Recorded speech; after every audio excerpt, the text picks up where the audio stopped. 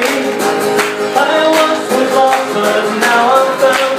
Was blind, but now I see. Oh, oh, oh, heaven is in my heart. Oh, oh, oh, heaven is in my heart. God is so good. God is so good. God is so good. He's so good to me. Praise you, Jesus. He's so good to us, amen. Thank you, Lord. We're going to have a testimony tonight from Brother Mark Penfold. Hallelujah. Let's all give him some encouragement tonight.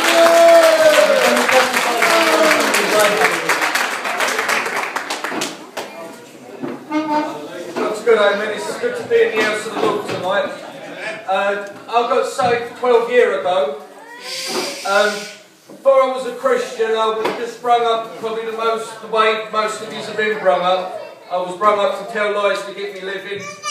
The way my mum and dad brung me up, as long as I never chawed off of my own or hurt nobody or anything like that, then I was alright. I thought I was morally a good person.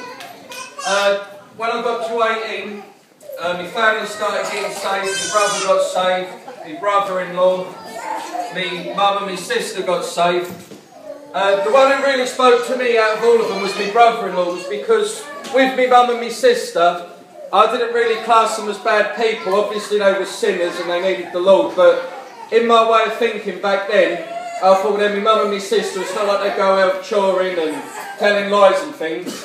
But when my brother-in-law got saved, I really did see a change in him. Because I used to go about with my brother-in-law, I used to work with him.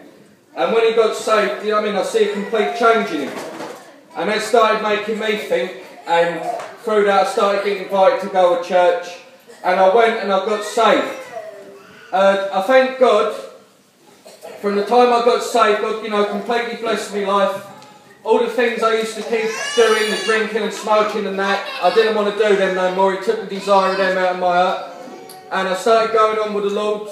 About a year after, the brothers started using me in the church, leading meetings and preaching and things. And I went on and started doing the youth meetings.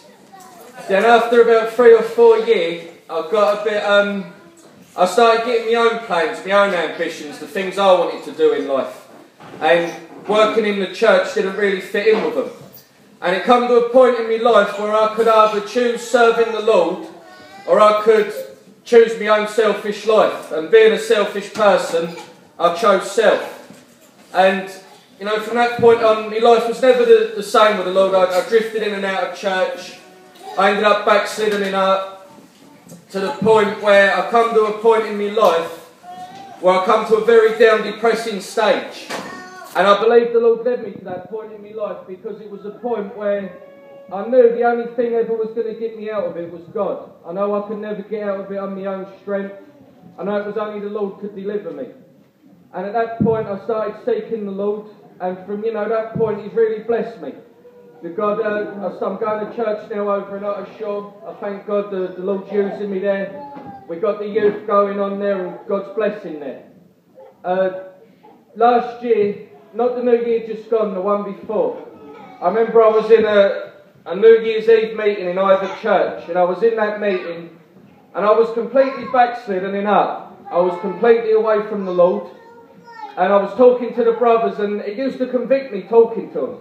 Because I'd be talking to brothers who I used to do the youth meetings with, and they're all ministers and they're going on with the Lord and they're being blessed, and it used to convict me talking to them.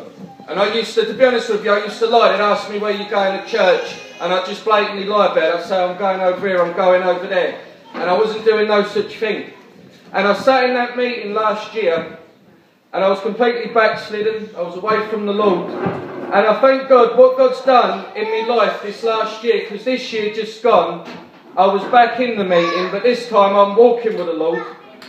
All the New Year's Eves before, all my life, I've always been a person who had a fear of the future.